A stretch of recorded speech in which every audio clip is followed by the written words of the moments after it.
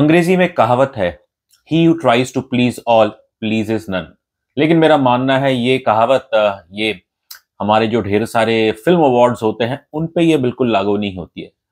कोई भी आप पॉपुलर अवार्ड्स टू उठा के देख लिए और उनके विनर्स लिस्ट में आपको देख के यही एहसास होगा कि बस जो ऑर्गेनाइजर्स हैं उन्होंने एक प्रयास किया है कि तकरीबन सभी को खुश किया जाए।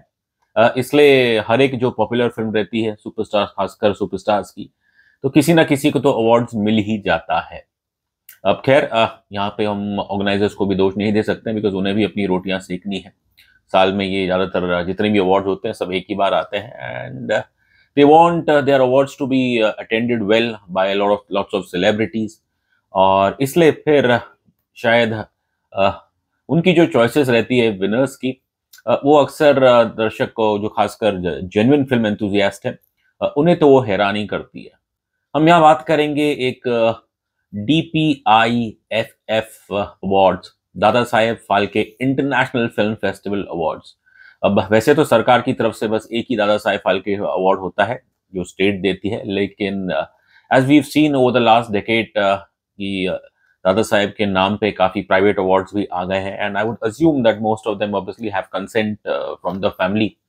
और तो खैर अब इट्स अ डेमोक्रेसी, हर एक को अधिकार है बिजनेस करने का, अवार्ड शो रखने का, तो चलता है। और कल हुए थे सेरेमनी ऑफ DPIFF अवार्ड। अब सबसे पहले मैंने तो खैर ये अवार्ड्स इतना फॉलो नहीं किया है, लेकिन जो इसका नाम है Dada Saheb Phalke international film festival awards, अब मुझे नहीं पता कि बिफोर दीज अवार्ड्स क्या इनके यहाँ पे कोई फिल्म फेस्टिवल होता है। I don't know, may be people who follow these award शायद वो बेहतर बता पाएंगे। लेकिन जो हमारे लिए दिलचस्प थी कल जब इसकी सेरेमनी हुई और जो विनर्स की लिस्ट आज हमारे पास जो आई है, तो उसमें से कई नाम ऐसे हैं, कई चीजें देख के हम दंग रह गए एंड जो हमारा एक असम्पशन है, बस ये अवार्ड्स लिस्ट देख के तो यही लगता है that the organisers have tried to please everyone. अब अगर मेन अवार्ड्स की बात करूं तो बेस्ट फिल्म मिलती है जवान को। It was a very huge box office success, लेकिन क्रिटिक्स लाइक अस, हमें तो ये फिल्म बिल्कुल पसंद नहीं आई थी। बेस्ट एक्टर मिला है Shahrukh Khan for Jawan. Best actress has been backed by Rani Mukherjee for Mrs Chatterjee versus Norway. अब जो बेस्ट फिल्म जैसे हमने कहा जवान, लेकिन जो बेस्ट डायरेक्टर जिसको मिला है वो है हम संदीप रेड्डी वंगा फॉर एनिमल। क्रिटिक्स के हिसाब से बेस्ट फिल्म है 12th फेल एंड क्रिटिक्स के हिसाब से बेस्ट एक्टर है Vicky Kaushal for Sam Bahadur. And surprisingly I think ये जो चॉइस है काफी सरप्राइजिंग है, बेस्ट एक्ट्रेस क्रिटिक्स, यहाँ पे अवार्ड दिया गया है करीना कपूर खान को फॉर द फिल्म जाने जा। और फिल्म भले ही अच्छी थी, इट हैज इट फ्लॉज, और जहाँ तक मुझे याद है जो एक मुख्य क्रिटिसिज्म थी अगेन जाने जा, वो तो करीना कपूर की एक्टिंग ही थी। तो मुझे नहीं पता कि यहाँ पे कैसे इनकी जो भी ज्यूरी होगी, how they thought of deciding the best actress critics awards to Kareena Kapoor Khan. अब ये देखिए, जवान को मिलता है बेस्ट फिल्म, लेकिन एटली कुमार को मिलता है बेस्ट डायरेक्टर क्रिटिक्स का। That is absolutely bizarre because Atlee एक मेन स्ट्रीम साउथ सिनेमा के वो डायरेक्टर हैं। पिछले साल उन्होंने अपना हिंदी में डेब्यू किया था विद जवान, और उनकी फिल्में ज्यादातर मासेस के लिए रहती है, और यहाँ पे उन्हें अवार्ड दिया गया है बेस्ट डायरेक्टर क्रिटिक्स का। अगर बाकी लिस्ट में हम देखें तो अनिल कपूर साहब को मिला है best supporting role for Animal, which I think is fairly deserving, it's not uncontroversial. और फिर क्योंकि साल की सबसे बड़ी हिट थी पठान, और शाहरुख खान को तो इन्होंने जवान के लिए अवार्ड दे दिया, एटली को जवान के लिए दे दिया, लेकिन तो पठान को भी कुछ देना था। अब पठान में यहाँ पे अवार्ड दिया गया है best supporting actress Dimple Kapadia को, जिनका अगर आपको ध्यान हो मोर और लेस तो एक कैमियो रोल था पठान के अंदर। Bobby Deol has got the best villain, best actor in a negative role for Animal, which again I think is non controversial and fairly deserving. हाँ, ये चीजें इंटरेस्टिंग है। यहाँ पे आयुष्मान खुराना, जिनके पिछले 2-3 साल काफी खराब रहे हैं, लेकिन despite the negative reviews of Dream 2, Ayushmann Khurana को यहाँ पे मिलता है best actor in a comic role for Dream Girl 2। We find this very very bizarre and even more shocking is कि जहां आयुष्मान को मिला है बेस्ट एक्टर इस कैटेगरी में, in the similar category best actress in a comic role दिया गया है सानिया मल्होत्रा को फॉर द ब्रिलियंट फिल्म कटहल। अब बताइए क्या कटहल डेफिनेटली एक सटारिकल फिल्म है, उसमें अपनी एक ह्यूमर है, रास्टिक ह्यूमर है, but I don't think Sania Malhotra का जो इतनी बेहतरीन परफॉर्मेंस थी कि वो कोई कॉमेडी रोल था। But I don't know whether Sania Malhotra attended this award, but शायद ऑब्वियसली जैसे कि हमने कहा सबको प्लीज करना है, किसी को नाराज नहीं करना है, तो इसलिए फिर कटहल को भी अवार्ड दे दिया for best actress in a comic role to Sania Malhotra. This one is very very bizarre.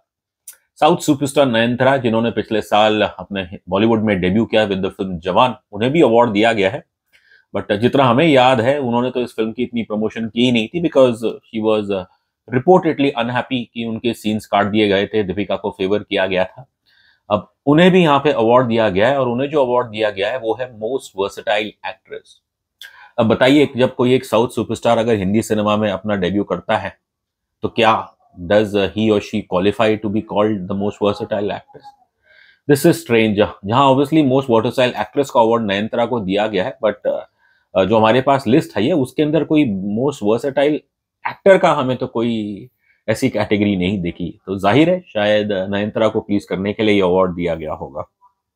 Vicky Kaushal जो इतने माफ करना विक्रांत मासी जो इतने सालों से काम कर रहे हैं, उन्हें अवार्ड दिया जाता है 12 फेल के लिए, not for any best actor in critics but for the most promising actor. I mean, can you imagine this guy has been around for ages. इन्होंने अपने टेलीविजन से शुरुआत की थी, बालिका वधू और भी अच्छे अच्छे इन्होंने टीवी सीरियल्स किए थे, और शायद फिर जो उनका पहला अच्छा ब्रेक था वो था लुटेरा फिल्मों में रणवीर सिंह के साथ, जो 2012-13 की है। तो आप अब इन्हें इंडस्ट्री में आए हुए, बॉलीवुड में आए हुए कितने करीब 12 साल हो चुके हैं, और 12 साल के बाद आप इनको अवार्ड दे रहे हो 12 फेल के लिए, that too as the most promising actor. I think this is a little disrespectful to Vikrant मासी।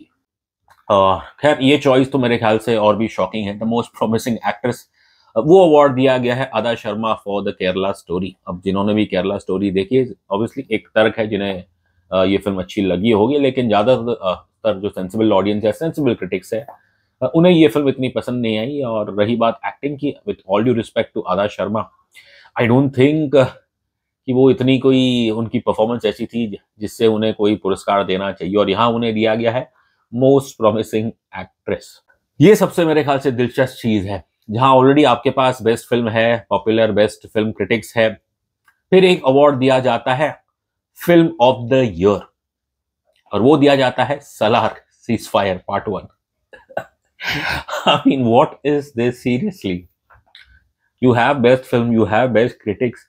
अब फिल्म ऑफ द ईयर वो कितनी डिफरेंट हो जाएगी फ्रॉम बेस्ट फिल्म या बेस्ट फिल्म क्रिटिक्स? इसका जवाब तो भैया इसकी जूरी ही दे।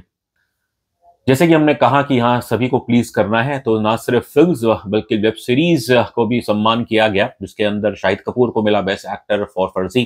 फर्जी also bag the best award, Farzi also won the best web series, और बेस्ट एक्ट्रेस को मिला has been backed by Sushmita Sen for Arya.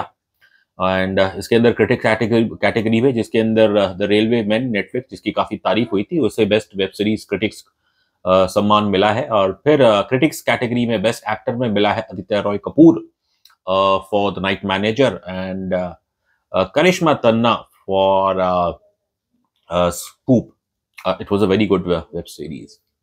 ये है हाल हमारे Dada Saheb Phalke international film festival awards के। जाहिर है जो हमने जैसे आपको बताए, और जो समझदार दर्शक है, जो फिल्म एंथुसियास्ट है, वो तो बस यही कहेगा कि ये अवार्ड्स इतने जेन्युइन नहीं है, यहाँ मेरिट को इतना तवज्जो नहीं दिया गया है, बल्कि this is just one of those awards, एक कमर्शियल अवार्ड्स कहूंगा, जिसकी बस प्रयास ये रहा है कि बड़े से बड़ा स्टार हमारे यहाँ पे आए, और स्टार के आने से जाहिर है एक सेलिब्रिटी प्रेजेंस होने से उनके अवार्ड्स में 4 चांद लग गए। एंड आई डोंट नो ये टीवी पे दिखाया जाएगा कि नहीं, बट अगर दिखाया जाएगा तो जाहिर है फिर व्यूशिप के हिसाब से स्टार प्रेजेंस होना वो तो जरूरी है। बस मैं ये कहूंगा इन सभी ऐसे पॉपुलर कमर्शियल अवार्ड्स को, you have an absolute right to stage your awards. आपको जिसको अवार्ड देना है वो जरूर दीजिए, लेकिन क्रेडिबिलिटी भी एक चीज होती है। और मेरा ऐसा पर्सनली मानना है कि that most of these choices,